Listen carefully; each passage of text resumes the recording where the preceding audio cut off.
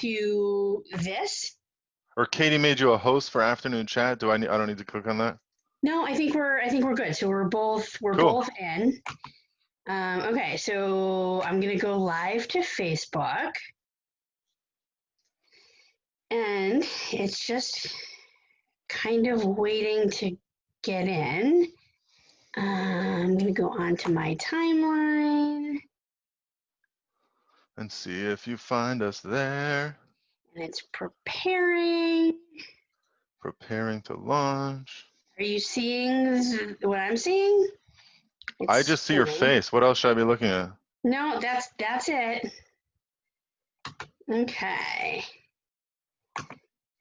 All right, so let's, not wanting me to, all right, so add a title, afternoon. Okay, add title.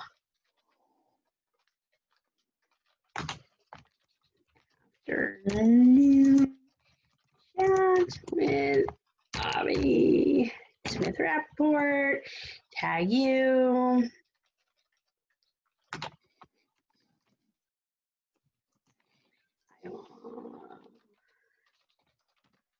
Okay, so I am not sure. Or potentially. Oh, live. Potentially. Potentially. All right, so it's setting up meeting for Facebook Live. So I think it's going. Meeting is now streaming. It looks like it. Okay, redirecting to Facebook Live. All right.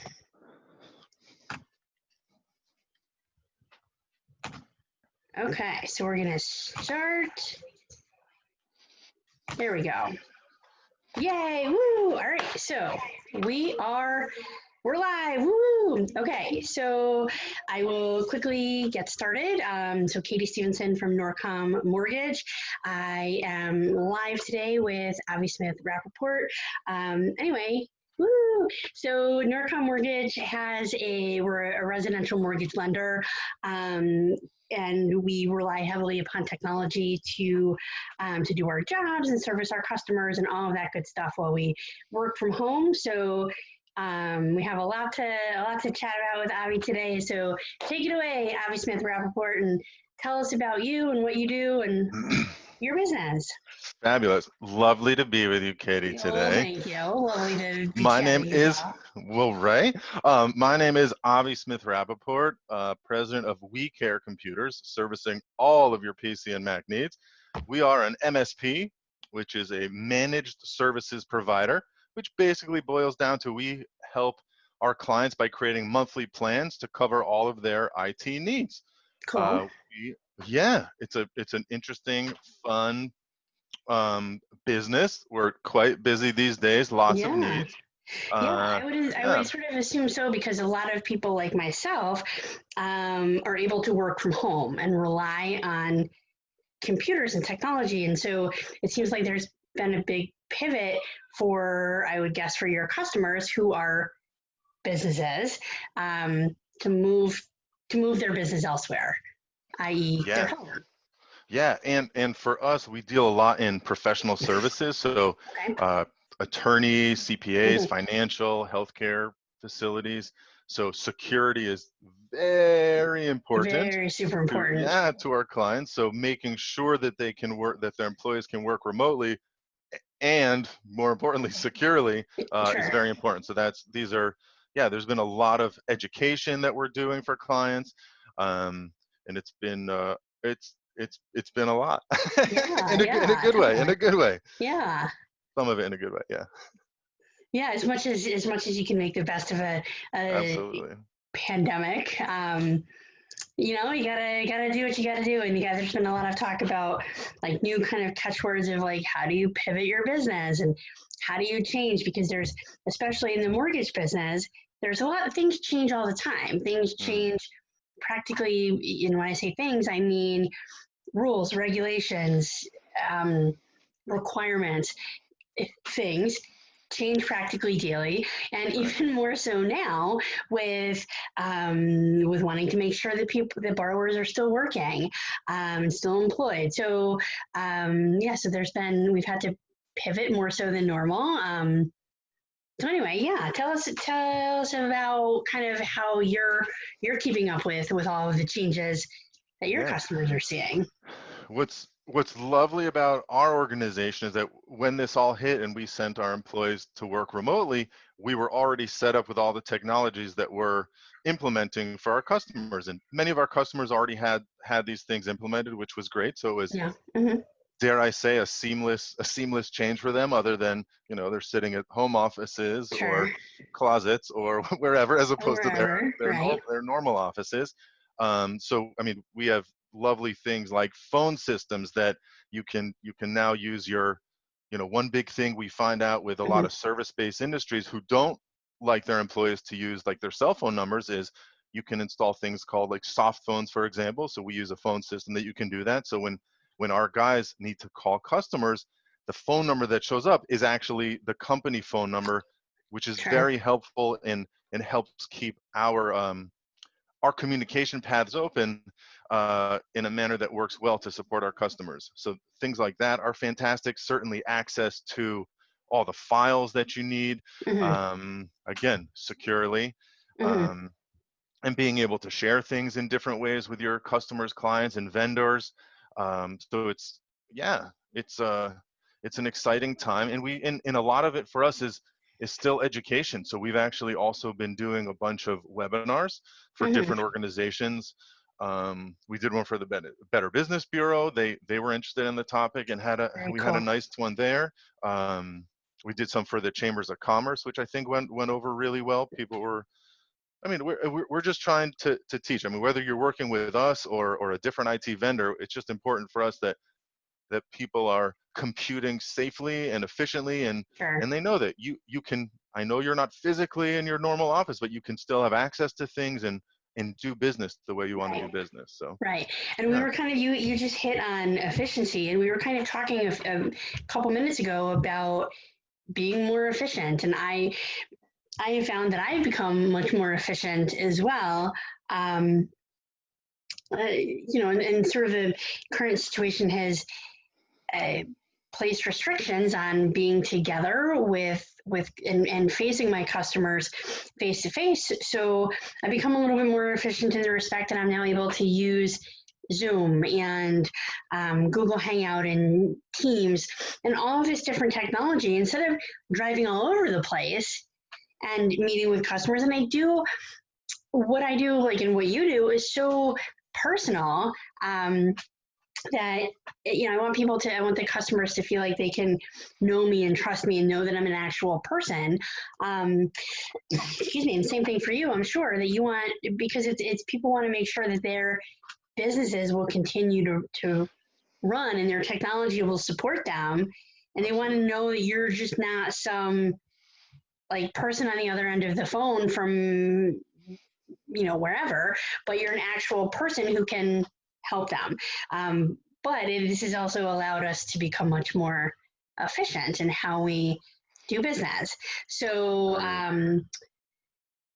why What? don't you, if you could, talk about what you've been doing you kind of branched out and added like a charitable piece of your business where you're raising money and collecting um, pieces of equipment for students. Yeah. Why don't you talk about that for? Yeah. I mean, yeah. So one big mission we have at the company is an overarching thing, help healing the world. And when all this started, the world seemed to need a lot of extra healing these days, Sure, sure. and still does, and before did also. Anyway, so with all this happening, we found that, I mean, to me, what's the best way to heal the world or make sure that we have that we move forward is teaching our children and making Mhm. sure that kids are well equipped as they grow older to join us in this world and help do amazing things. So when this all happened and the schools were closing physically, but now moving to online learning, we thought, oh my gosh, here's potentially an amazing opportunity, because not all families can afford another $1,000, 1,500, whatever it is, to get another Sure. piece of equipment in their homes. Plus, there's so much uncertainty. So there's a lot going on these days. So we when we do various installations for our companies, we usually recycle the equipment. That's part of our services usually. So with this all happened, we thought, okay, we had a bunch of equipment that we had not brought to the recycling center yet. We thought, let's put it out there and see if there's any need. Because at that point, we had, we just thought, okay, there's some possibilities. Maybe a couple students need some machines, whatever. And then the requests started pouring in, and I Sure. it was really overwhelming. Yeah, at first, and it's still overwhelming, but it was. Yeah. So we had a number of larger institutions kind of survey the students from the different schools. CREC is one of them, which has been, Okay. we've had, I don't know, a couple million emails I've had with some lovely women, Kim especially there, over the past 2.5 months now. Okay. Um, and as of this date, I think we've given out over, or we're moving on 3 dozen machines now, which is quite awesome. We've had amazing feedback from these students who, the families have a lot going on, and this is just Sure. one thing to allow their students, their children, to still learn, and it feels amazing. Yeah, and there's still so much more that needs to be done. So in addition to what we had originally, I think our original communication was, who needs machines, something to that effect. Yeah. And Yeah. yeah, and we got we got lots of responses. Yeah. So then we said, okay, this is too many. I mean, we're a small business. We do what we can, but we don't have unlimited funds. So we asked our networks and our community for help, and oh boy, did they come through. Oh, that's We've had amazing. it's been amazing. We've had some nonprofits that have donated machines. We've had so many individuals donate machines and other equipment too. I mean, we're needing flat screen monitors. We need speakers, because they're, like you said before, the kids are going on and doing, whether they're Google Classroom or Zoom sessions with their teachers, they need to hear things. Hmm. Um, And Webcams. see. Oh well, yeah, for sure, and see everything going on. Yeah. Webcams are difficult these days to source, so that's kind of difficult. So we've had so many people donate laptops also in addition, which Awesome. and iPads or Android devices like that, tablets, which has been lovely. So then the need is even greater. So we set up a Sure. GoFundMe page, I Nice. think like 2 weeks or so ago, and out of nowhere, an anonymous donor contacted us and said, "Hey, we'd like to do a matching grant for you." So they said, and they wanted to give us $1,000 to this program, which was just like Like, crazy amazing. mind blowing. That's awesome. Right. That's So anyway, awesome.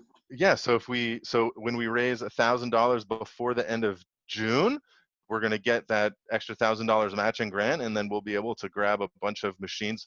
I think Chromebooks is Nice. probably going to be our best bet, Yeah. best bang Yeah. for our buck, that has all that stuff inside one machine. Yeah, so we're going strong with that. The team is fully ready to accept donations and refurbish these machines. Certainly, we Awesome. clean everything off to make sure they're safe, and go from there. Awesome. So, what is, if somebody wanted to make a donation to this project or this cause, what's the GoFundMe page? How would somebody go about making a financial donation? We have the GoFundMe link is quite long, but I mean, the program is called We Care Computers Students in Need, so you can Okay. definitely find it that way. Also, people can contact us directly. Okay. Our office, I mean, you can find us online, wecarecomputers.com, Okay. but our phone number is 860-836-4191, or better, even email info at wecarecomputers.com. And we can certainly discuss. I mean, we need the machines can't be that old, because they have to be able Mhm. to handle the software that the kids are using these days. Sure.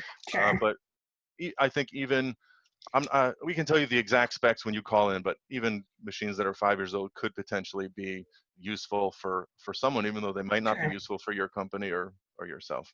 Sure, sure. So when you, like a minute ago, you talk about, like you mentioned, like when you were servicing your clients. So like when you say servicing, does that mean like when somebody wants to upgrade a bunch of machines, then, so let's say they have like a, I don't know, like a computer tower, or they have a laptop, and they want to make an upgrade. They want, for whatever reason, they want new machines in their offices. So they'll make that purchase. You'll help them get them all set up and they get up and running, and then they have all these, like all of these devices that they need to do something with, and you can't just put them in the garbage. You have to Right. properly recycle them. So you can take those machines and see if you can use them and refurbish them for the Uh, students' needs. Absolutely. And if, depending on the company, if data sensitivity, they might want us to destroy the hard drives so we can install new hard drives Sure. and then get those set up. But yeah, that's you explain it perfectly. That's exactly how it can work. If I you got have, something right. Yay. you're on the ball, woman. You're on the ball. Woohoo, woohoo. Go me. Yeah, no, that's definitely that definitely makes sense, especially like for example, like with what I do, when I'm ready to upgrade the machine that I have, you know, I log into a server and that kind of Yeah. stuff, so it's extra, you know, it's extra secure, because I'm dealing with people's private confidential information. So I have so many different layers of security that I have to deal with. But whenever should I upgrade this machine to get a new one, I would definitely have to say the same thing of,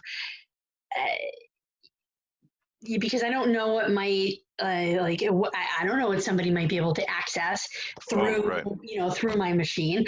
I'm certainly not any sort of like technology expert, so I'm not smart enough to steal from people. I don't think you would do that either, because, but I don't think I would do it that's anyways, and another I'm conversation. Yeah. definitely not smart enough. But I need to make sure that I, for whatever I need to make sure that the customer's information that I've had Oh, remains absolutely. protected, even Yeah. though I'm not using this machine anymore. So that's definitely, definitely important, and it's good that you guys do that. So Oh, for I sure. think giving back to people who need a little bit of help is so important, and especially right now, we're all kind of going through this troubling, hard time together, and we have to be patient with each other and be nice to each I, other. I think that's I, important. yeah. I do think it's important. I appreciate, and I wanted to just say, I appreciate what you said, that we are all going through this together. So everyone is experiencing this from our own lens, and we are, Right, right, and from our own dealing. it's not Um, necessarily like, oh, we're all in the same boat. Well, it's I kind of am looking at it like we're all weathering the same storm, kind of yeah. in our own little, like you said, in our own little way, in our own little boats. But but it's you know, it's together, and you know, I just think doing nice things and helping each other, like what you're doing, is really important, because continuing education, you can't just stop going to school in the middle of March. That's an awful long time until the middle of June. Yeah. So that's an awful long time to not be a student. And I remember seeing an advertisement for one of those, I don't know, like Sylvan Learning Center kind of places where students can go over the summer to go to summer school type classes. And I remember one of their old advertisements of the kids, like they'd kind of shake their head and like you see like information falling out of their ear. So so anyway, it's really important to continue on with the education. And there is, you know, kind of a gap. So I'm in the Greater Hartford Lions Club that services Hartford and West Hartford, and we have a teacher who has been kind of talking about there's such a gap, unfortunately, with a lot of, I believe he's over in Bloomfield, and there's such a gap with so many of his students who, you know, have devices and can continue on, and there's just so many that don't. And like you had mentioned before, people are maybe sharing one device in the house, and you know, maybe Oh, mom right. and dad have to work from home, and then the student has to do the schoolwork at night, so which is super challenging. So Oh, I yeah. think your service project to get these devices out to students is really amazing. So um, so that's really good. And Kyle said, if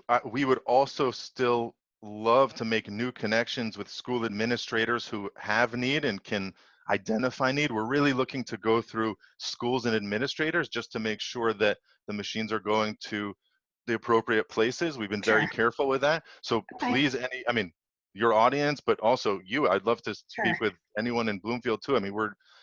We'd like to, we're starting small. We're just to make sure we do it right here, but I think we're Okay. getting some good processes in Oh, place. see, We'd love to meet more people. oh, that's awesome. Perfect. Yes, I will. I will get you over this person's contact information, Oh, and sweet. I'll also request that he reach out to you as well. Please. So see, in a 20-minute conversation, we've been able to put together a connection for something that's really important. So, so also to, for example, to your network as well, the Greater Hartford Host Lions Club offers 2 scholarships to graduating high school students, and I'll Nice. put the link in the post, where students, you can share and you can let anybody know that if you know any graduating high school seniors that need a scholarship for school. The deadline is June 8th, so they still have a little over a week to get in that application. So yeah, so anyway, That's great. doing nice things for other people is very important. So anyway, is there anything else that we should cover or discuss or kind of go over? Or do you think we've kind of covered it all? I feel really great. Awesome. Are you Me too. I'm are you good. in Georgia? Is that where you're Yeah, in right now? yes, I'm in Georgia. I'm in my messy home office. In Avon, and I didn't want anybody to see it because it's I a little love bit the of backdrop. It's so a nice. pigsty. So it's the Wormslow Historic Site in Yes. Savannah, Georgia. So which I have to say, I want to say went down to Savannah maybe 3 years ago. My cousin lives in Georgia, and I got married, so I went down for the wedding, but went down a few days early and went to Savannah, and it is just absolutely my favorite place so Lovely. far that Yeah. I've been, and I just love it. I really like it there, and so anyway, if anybody ever makes it down to Savannah, you have to go to Jen and Friends Martini Bar. And Ooh. if you get plastered and drink too many martinis, they will call you a cab that will bring you to your hotel. Not that I'm speaking from experience or anything. It's a very walkable city too, but yeah. Oh, totally, totally walkable. Not after so many martinis, but because Classic. there's like the cobblestone sidewalks, and Right, yes. Good call. I'm just saying, just gotta be careful with that. But I became obsessed with Savannah years ago when I read that book, Midnight in the Garden of Good and Evil. Anyway, just love it there. It. So Good. anyway, that's that. So yeah, we've covered a lot and had a great chat. So I'll drop the info about how to get in touch with you guys up in the chat, and Perfect. we'll go from there. So all right, so well, anyway, thank you everybody for joining. So Avi, I'm going to end the stop the live stream. Okay, so then I am going to